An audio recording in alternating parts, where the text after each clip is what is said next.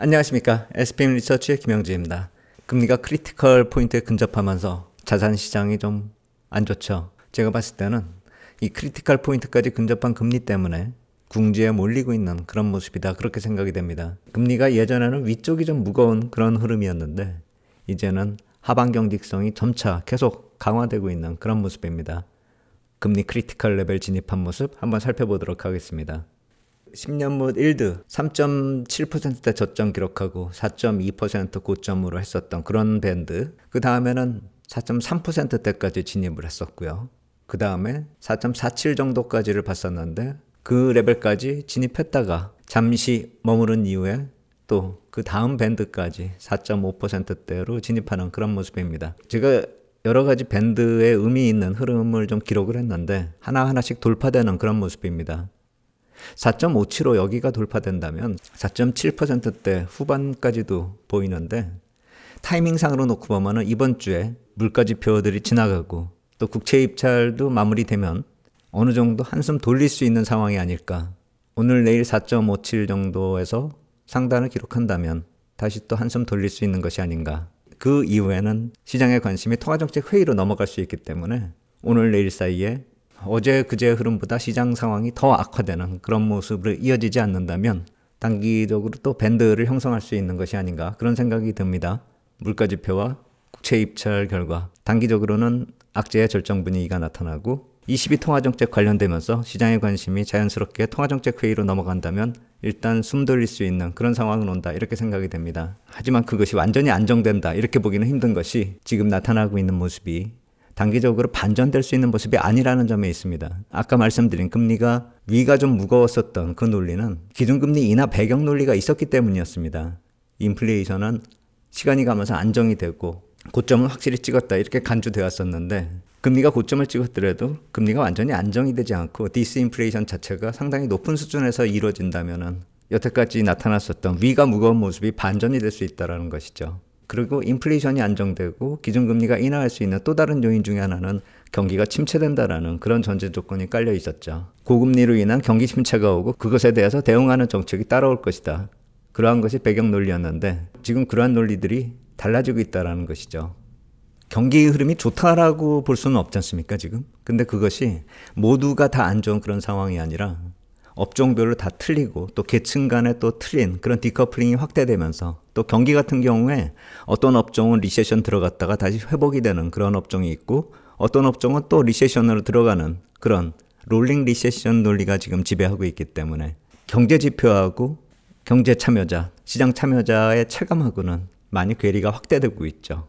예를 들어 AI와 관련된 그런 계층과 업종에 관련된 그런 경제 참여자 같은 경우는 지금 경제 상황이 아주 좋게 느껴질 수도 있겠지만 상당수 업종은 어려움을 많이 느낄 수 있는 그런 상황이라는 것이죠. 그런데 경제 지표 같은 경우는 큰 자본, 대형 기업이 끌고 가는 그런 쪽의 지표가 좋아지기 때문에 경기의 롤링 리세션 쪽을 볼 수밖에 없는 그런 상황이라는 것이죠. 그리고 또 디스인플레이션의 절대 레벨이 상승하는 그 논리 중에는 중립금리 자체가 상승하고 있다는 점, 이 점도 놓치면 안 될 것 같아요. 이러한 점들이 예전의 논리하고 틀리기 때문에 금리가 가능하려면 전체 지표가 좀 부진해야 되겠죠. 그렇다면 경기 침체가 전체적으로 롤링 리세션이 아니라 모든 경기 업종이 침체가 돼야 된다라는, 그런 침체가 심화돼야 된다라는 그런 상황이 와야 되겠죠. 그렇다면은 주식시장이 이건 뭐고 자산시장 버블 붕괴로 이어지는 그런 상황이 올 테죠. 지금도 경기가 좀 좋다라고 볼 수 있는 그런 업종들이 고평가 논리에 대해서 계속 논쟁이 벌어지고 있잖아요.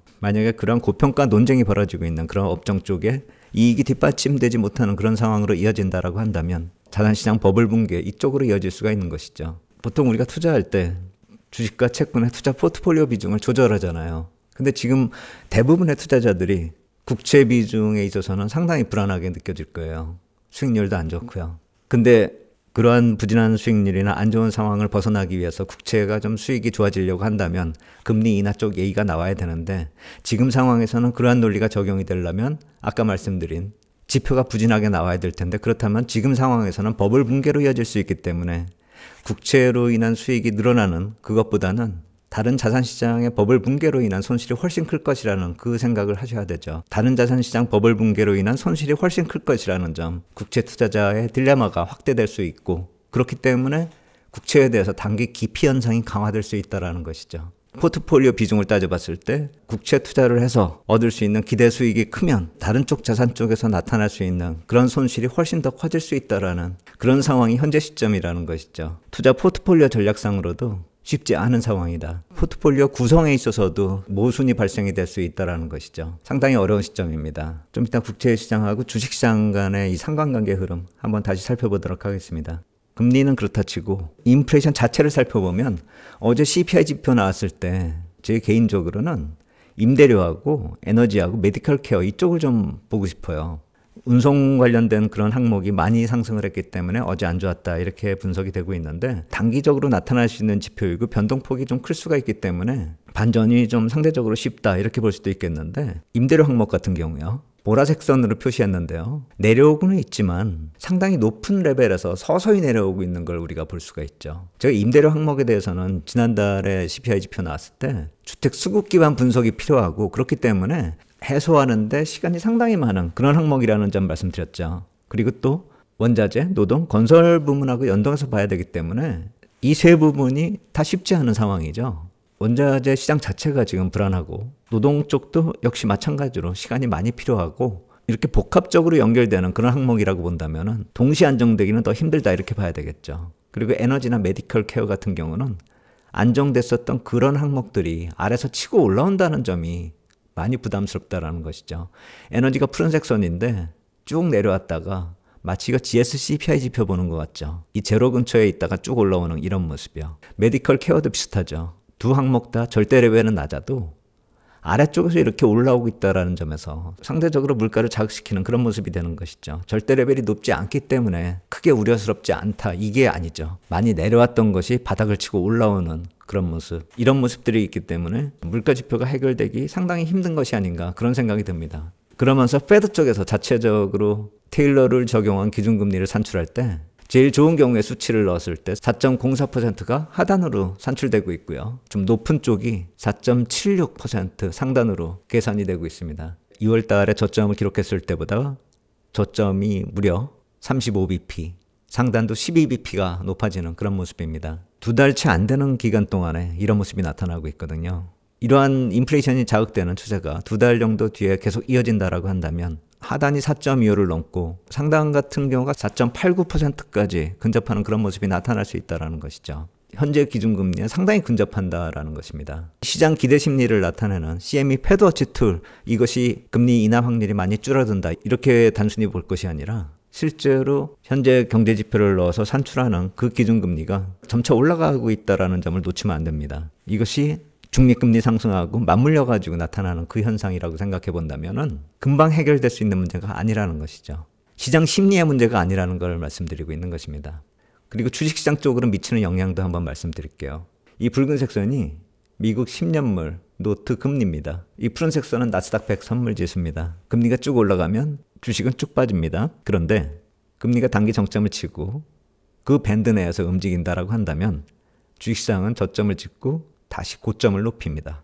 그런데 고점을 높이다가 금리가 예전 고점 근접하는 그렇게 크리티컬 레벨에 근접하면은 주식시장도 점차 조정 기미가 보이고 그것을 넘어서게 되면 조정이 본격적으로 나타나게 되는 것이죠. 금리가 올라가면서요. 이 주황색 선으로 표시한 것이 이전 고점에 근접하고 또 넘어서는 그때 주식시장에 나타났었던 그 모습을 생각해 보자라는 것입니다. 그리고 또 고점을 기록하고 내려오면서 또 그 밴드 안에서 움직이면 주식시장은 또 저점 찍고 또 상승을 시도하죠. 고점을 높이고요. 그렇다면 지금 현 시점에서 아까 말씀드렸듯이 4.57 레벨 넘어서면서 4.7%까지 근접을 한다라고 한다면 그럼 아마도 이때의 모습하고 비슷해지겠죠. 저는 이 5%는 안 넘을 거라고 여태까지 생각을 해왔는데 현재 같은 인플레이션 지표가 계속 악화되는 그런 모습이 나타난다라고 한다면 근접하는 모습까지는 나타날 수 있다라고 생각이 들어요. 그렇다면 이러한 적지 않은 조정도 나타날 수 있다라는 것이죠. 그래서 4.5% 레벨에서 어느 정도 진정이 되고 반전 포인트가 나타나야지만 더 악영향이 확산되지 않는다 이렇게 볼 수 있는 것이고 그렇기 때문에 오늘 지나면서부터 반전 포인트가 나타나는지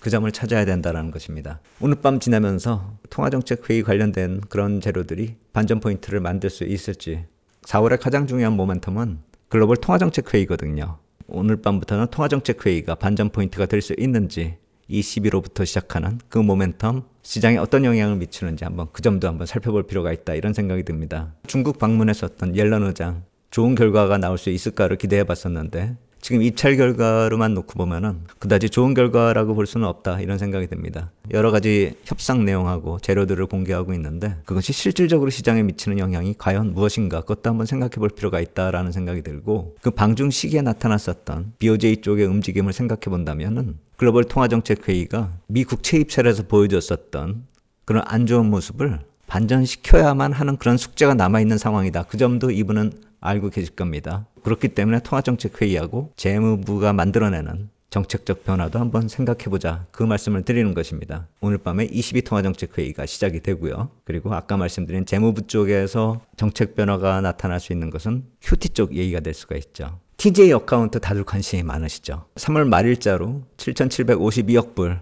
잔고 기록했죠. 그것이 9일 시점으로 6,918억까지 줄어들었어요. 상당히 빨리 줄어들고 있죠. 분기 말 잔액 목표가 7,500억 불이거든요.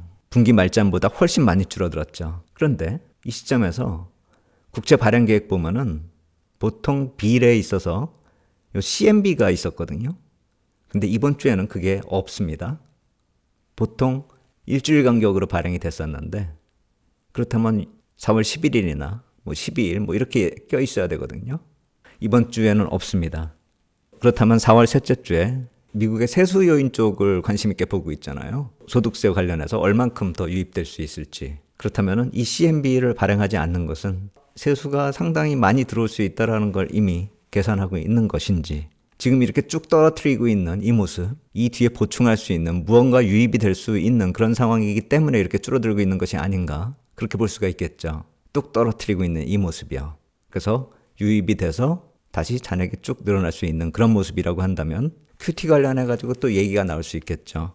적정 레벨로 떨어진다라고 한다면 QT 속도를 줄이겠다. 이런 식으로 대응 논리가 가능하고 그렇다 하면 4월 말에 확정되는 국채 발행하고도 연관이 될 것입니다. 제가 그래서 12일부터 이것과 관련된 얘기들이 시장에 영향을 미칠 수 있다라고 말씀을 드려왔던 것입니다. 다음 주가 중요하고 오늘이 22 통화정책회의 지나고 12일부터 재무부 쪽에서 논의를 시작할 것이고 그 논의 일정이 다음 주에 걸쳐집니다. 그리고 BOJ 통화정책회의로 넘어가게 되고요. 그래서 악재의 정점 분위기가 지금 형성이 되고 있는 이 상황 그것을 반전시킬 수 있는 것이 미국 재무부가 만들 수 있는 그런 모멘텀이다. 이렇게 생각을 하고 있는 것입니다. 금리의 악재가 상당히 커지고 있는 이 시점에서 글로벌 통화정책회의가 전체적으로 반전시킬 수 있는 모멘텀이 될 수 있는지 그 점에 포커스를 맞춰서 보자는 것입니다. QT가 어떤 모습으로 진행이 되고 있고 TJ 어카운트가 의미하고 있는 이런 내용들 이런 내용은 분석해가지고 다시 말씀드리도록 하겠습니다.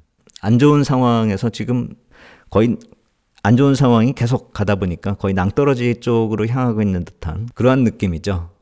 특히나 국채 쪽은 상당히 어렵습니다. 저 역시 마찬가지로 포트폴리오에 국채 비중이 어느 정도 있는데 그쪽에 대해서는 상당히 고민할 수밖에 없는 그런 상황이고 아까 말씀드렸듯이 그 포트폴리오 비중의 수익률 악화보다 더 걱정이 되는 것이 악영향이 더 확산이 되는가 그것에 대한 걱정이 상당히 큰 것이 사실입니다. 아마 대부분의 투자자분들이 거의 비슷한 상황이다 이렇게 생각이 되거든요. 반전 포인트가 나타나는지 그 점은 제가 내일 이후에 다시 한번 말씀드리도록 하겠습니다. 상당히 중요한 시점으로 들어서고 있다 이렇게 생각이 됩니다. 오늘 여기까지 하도록 하겠습니다. 감사합니다.